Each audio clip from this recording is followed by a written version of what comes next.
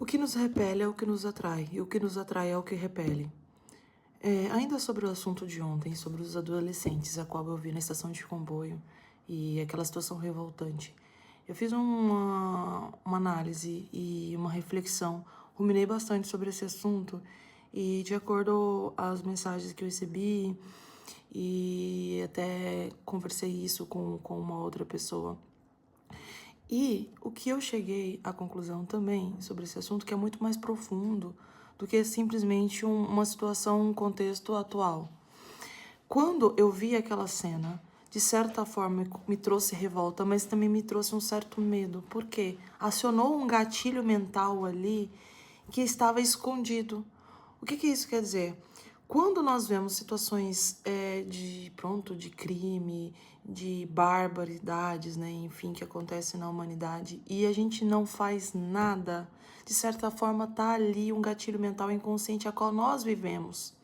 E até que nós sabemos que vivemos aquela realidade e não compartilhamos com ninguém.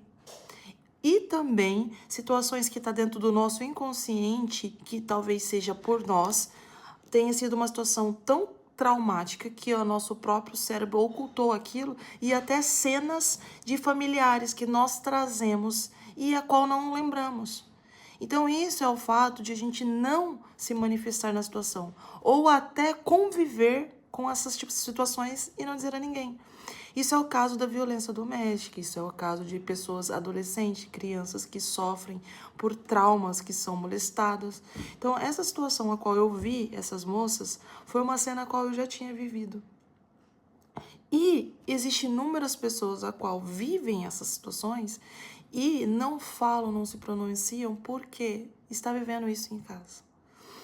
E essa questão dos adolescentes atuais, né, a juventude e as crianças, por conta das redes, eu creio que é muito complexo fazer-se algo, porque isso já está dentro do inconsciente coletivo da humanidade, né? Então isso já está implantado, é como se fosse um sistema de programação, como se fosse, não, é um sistema de programação que já está ali, né? Então é muito complexo mudar isso.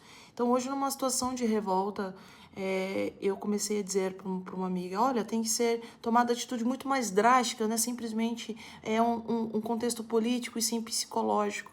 Por mais que nós tenhamos novas governanças e que façam coisas sobre isso, isso já está dentro da psique. Por estar dentro da psique, é muito complexo se mudar isso, porque já estamos vivendo essas situações em segredo. Isso que é desafiador.